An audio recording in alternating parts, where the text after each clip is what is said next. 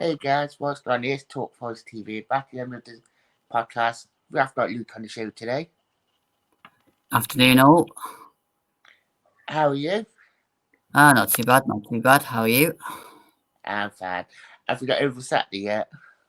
I don't know. It's one of those ones where it's just because it's kind of so close to another match, you kind of have to try and be optimistic. And I mean, it's hard at the minute being optimistic for a side that's lost 5 of the last 6. I mean, I said on my preview for the Sheffield Wednesday game yesterday, it's one of those where, for me,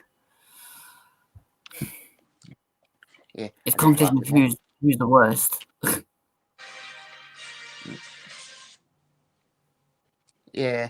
Well, I might as well start talking about the football on this week because obviously Forest lost another 2 games within the last podcast last week. Actually, the drew last week. I meant against Watford, then they lost to Brentford, like they did say. Then I know you were quite vocal on Saturday about how bad we was and watching on. Yeah, I think I also did a video for my own channel, Turton Talks Football, the morning after, and for me, my viewpoint hasn't changed.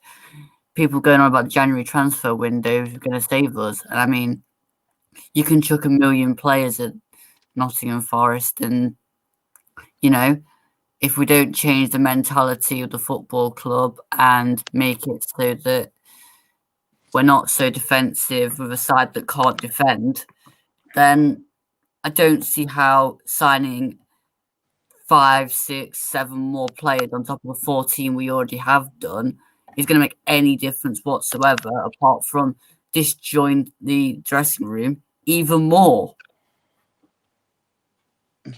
Completely agree with that. And Joe Wall coming out with what he said after the game, it's quite hard to tell because Joe Wall came out and said that we're not friends and that we need to start to put things right, which gave us a bit of surprise.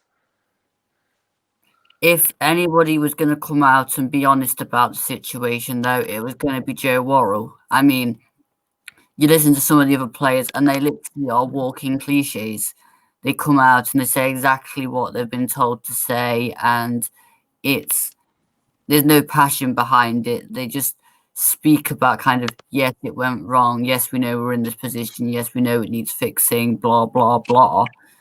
But with Joe Worrell, he feels it as much as every other Forest fan does. And as he quoted, I'm fed up of being at the bottom of the table. I'm fed up of losing. And he's echoing every Forest fan at the moment. I mean, I'm bored of sitting there watching us make the same errors with the same players and repeating the same system game after game after game, even though we know it's not working. It's not, and it's shown because teams are working this out, working your main players and who to thingy. Well, that on Saturday when Yates got that yellow card, Brentford every time Yates got bored, it was after him. Yeah, it's predictable, isn't it? Because you attack down the right and the left, and you know that we're gonna be left wide open, and you put balls into the box, and Figueiredo's gonna lose his man. Then you've got Yates in the middle that will make a foul, collect a yellow card. Arter's been totally non-existent for me. Cafu's had one decent game, and then the rest of the time it's just kind of a lot of running, but nothing else. Then there's Lolly that just looks like a shell of himself, and apparently there's personal issues there or something, but he should try and at least put that behind him when he goes onto the field. Ameobi, I've never really been a massive fan of Ameobi anyway. I find he's very much a player that never has the ball under control, tends to make as many mistakes as he does good moments. And again, Lyle Taylor's been isolated. It's one of those where we can say what each player needs to correct. But there is a reason they are at our football club and not at sides like Wolves, Leeds, Leicester, all these sides in the Premier League. It's because they are not the finished product. If we did exactly what fans wanted us to do with the players we have, they'd be world-class players and they wouldn't be at Nottingham Forest at the moment. That's the reality of the situation. I completely agree with you on that one. I mean, we look at the fixtures this week. I know this is going out anyway, but we got Sheffield Wednesday last night. We got Millwall on Saturday, and that's the last game before Christmas, I believe. Yeah, then we've got Birmingham on Boxing Day and Stoke the game after, and Preston the game after that. So they've got quite a few tough games before the FA Cup game, and that's definitely even the FA Cup game, not the easiest one. Every game in this league at the moment, from a Forest point of view, is a tough game because we are making sides like QPR, Barnsley. I mean, nobody needs reminding about our record away at Barnsley. Trying to think, Cardiff. We made Cardiff look like a decent side when, to be honest, they're not. They're just a classic Neil Harris side. For me, it's more about us than about who we're playing, and that's also where we're going wrong. We very much are worried about the opposition and what they are going to do, and we're not focused on what we can do as a squad. It's pretty evident that when we go onto the field, you have clusters of players that know each other and then clusters of players that don't. Because, I mean, to have strong wide positions going forward, which down the left we were decent the other day with Amiobi and Ribeiro. No surprise, they know each other. They know what runs they're going to make.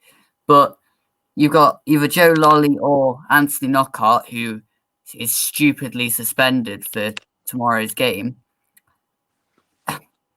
For me, the issue is we have decent players in that squad.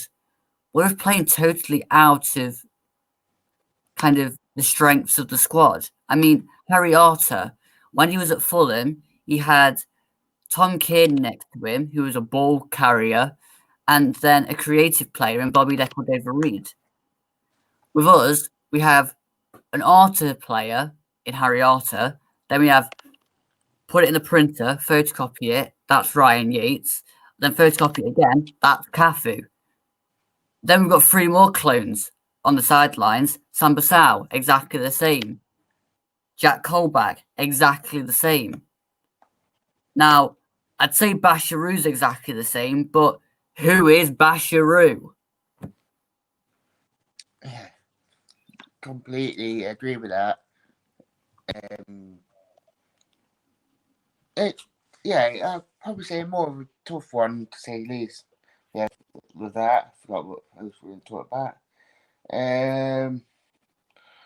Obviously, with the Forest ladies, and I don't know how much you followed the Forest ladies, but obviously they first came back after lockdown, postponed due to a waterlogged pitch. I mean, it's nice to have all our Forest teams playing that. I mean, every other Forest team was playing better than the first team at the minute anyway. Yeah, I think now I'm not a big Forest ladies advocate. I don't know a lot about it, but from what I do know, they're picking up some decent wins last season and don't really know how they've been doing this season. But yeah, it's always good to see more sides from Forest playing more games because at the end of the day, if one Forest side can win, then it's more of a positive for the club, and you're not feeling totally kind of down about kind of what the men's senior team are doing if another side actually does win. I mean, I used to follow a lot of the kind of youth academy games, kind of what they were doing and who's progressing from there, etc., etc. But these days, that goes a bit kind of void as well to me because basically I spend most of my time trying to understand what's going wrong in the senior men's team. So, Complete. I do actually agree with that, to be fair. But hopefully things are under up. yeah, I think most things are on the up, apart from the men's senior team, which seems to be going on the way down because we literally don't have any kind of way of getting something together that formulates a win. I mean, the question I was thinking about before I actually came on this stream was I forgot what a winning kind of first goal feels like. I mean, all our goals come when we're 1-0 down or 2-1 down, or no, not 2-1, 2-0 down, sorry. And they're always kind of consolation goals. Like when have we. I can't remember, apart from the Wickham game, a game where we've actually scored and we've actually felt like, oh, we're now in a winning position instead of a clawing the game back position. And it goes with the song that we sing when we usually score. At the minute, Forest fans have definitely lost that loving feeling. Yeah. Even when we do score, it's like, yeah, we're happy that we scored, but now it's gone to a state where it's like we're scoring, but are we able to? It was like the nose game, like we scored, then 3 minutes later we conceded. Well, it was a fortunate goal for Norwich because it took a really bad deflection, but we just can't seem to be like being able to hold on to anything a minute. I don't know if that's just really bad defending or the mindset or it's down to the players, or is it like the midfield and the attackers not protecting that back five like they should be doing? I think when your midfielders aren't taking the ball out of midfield, then you're always going to invite pressure onto yourselves. But again, when Joe Worrell put the ball in the back of the net on Saturday, my reaction was, oh, yay, we scored. I mean, it's just draining all enjoyment out of football. And I mean, other fans can say other things about what's ruined football, but for us, it literally is performances. Whether it's used as an excuse or not, for me, the off the field things clearly are showing on the field to be taking a huge dramatic impact. I mean, I don't think we need to use it as an excuse, but I just want us to stop cutting. Let's just cut out the errors and to just be a bit more kind of passionate and show that we actually want to win a game. Because at the minute it's like we go out and we meander around and then we'll go 1-0 down and then oh look, we're now looking at defeat. Let's look around and see who's going to get a goal. It's like it was under I don't know if you've seen it. I think it was back in the last week.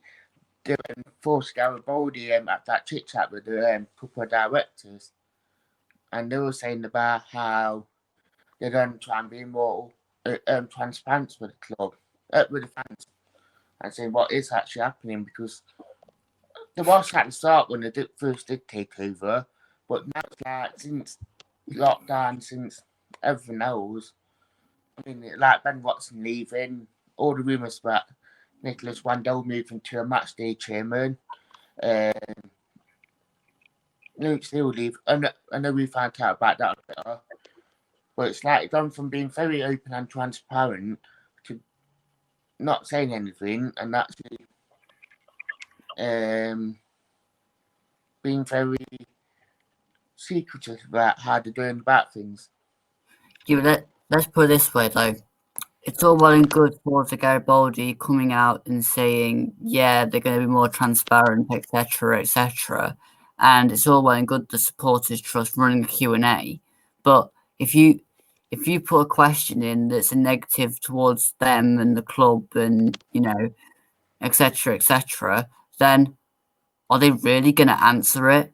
I mean, they're only going to answer the ones that they're comfortable with answering, and you're still going to be in the same point of view as some of your questions will not get answered because they really, really are kind of ones that either they can't answer or they just won't answer because they know they've made a mistake. And who in the right mind wants to come out onto a social media platform as toxic as kind of Twitter, Facebook, etc., and admit they're wrong? I mean, if Fren Tross and the Greeks came out and admitted, yeah, okay, everything Danny Taylor wrote was true, we made a load of mistakes, blah, blah, blah, you could just imagine the reaction from the Forest fans.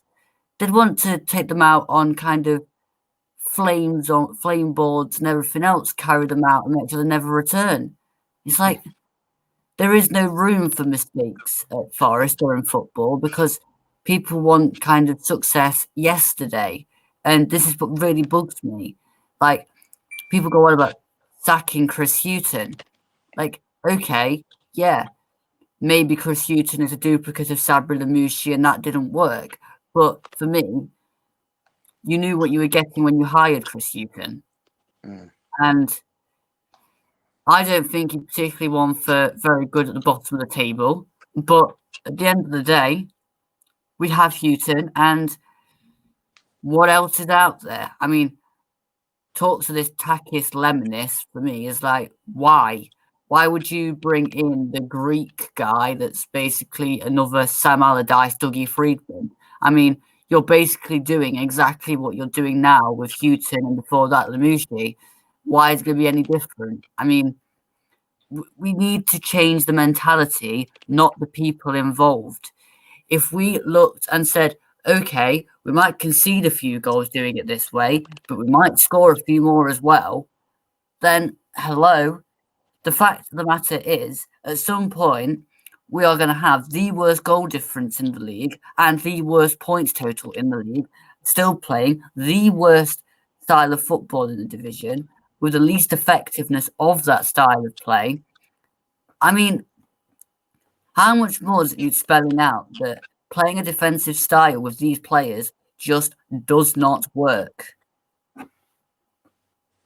Yeah, completely agree. Anything you'd like to say before we round it up? I just want to say that hopefully tomorrow's game gives us a bit more optimism because I'm generally worried for what these Greeks would do if we lose against Sheffield Wednesday. I mean, you know exactly what could happen at the end of this month with Chris Hughton because it's on a certain Facebook group. Yeah. So I won't go into details, but we both know, and I still think it's a heavy possibility with this squad. But, I predicted a 1-0 defeat for us because, I'm trying to be different. I predicted optimistic scores at the weekend, and we went and lost. So, who knows? But I hope I'm wrong. Yeah. So, I'd like to say thank you for watching, guys, and goodbye.